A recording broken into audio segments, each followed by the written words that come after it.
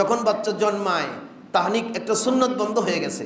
রসুল বলেছেন যখন বাচ্চারা জন্মাবে তুমি তাহনিক করবা। তাহনিক মানে প্রথম তাকে মধু খাইয়ে দেবা, এরপরে হচ্ছে যদি মধু না থাকে খেজুর চিবিয়ে, আল্লাহ রসুল খেজুর চিবিয়ে নিজে চিবিয়ে বাচ্চাদের তাহনিক করাতেন।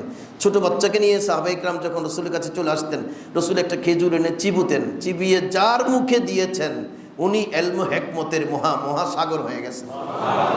রসুলের চিবানো খেজুর যিনি পেয়েছেন, এই জন্য কোনো বুজুর্গকে ডেকে তাহনিক করাবেন। অবশ্যই এখন তো বুজুর্গ নাই, বুজুর্গ মনে করে আমার ফাঁদে পড়ে যাবেন, বুজুর্গ মনে করে আরেকজনের ফাঁদে পড়ে যাবেন। বুজুর্গ খুঁজবেন কাপড় চোপড়ের মধ্যে, আলখেল্লার মধ্যে, পাগড়ির মধ্যে বুজুর্গ খুঁজবেন।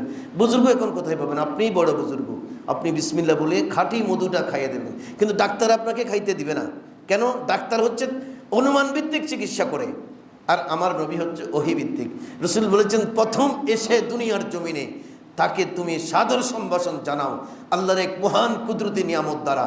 এই মধু দিয়ে যখন তাহনিক করা হবে, গোটা জিন্দেগানিতে তার হাজার রকমের রোগ তার শরীর থেকে বের হয়ে যাবে। কারণ ইয়াখরুজু মিন বুতুনিহা শারাবুন মুখতালিফুন আলওয়ানুহু ফিন নাস।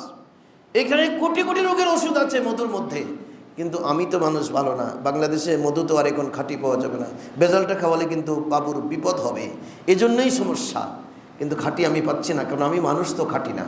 মানুষ খাঁটি বড়ই প্রয়োজন। আমি বাগান থেকে কেটে এনে খাঁটি মধু যদি দিতে পারি তাহনিক করাই, অথবা খেজুরের নির্যাস যদি আমি চাবিয়ে তাকে খাওয়াই দিই, কোনো মানুষ এখন আর বাচ্চাকে তাহনিক করায় না। অথচ জন্মের পরে দুটো বড় বড় সুন্নতের মধ্যে এক হচ্ছে তাহনিক, মধু অথবা খেজুরের নির্যাস খাওয়ানো, আরেক হচ্ছে তার ডান কানে আজান এবং বাম কানে একামত দেওয়া। জোরে বলুন সুবহানাল্লাহ।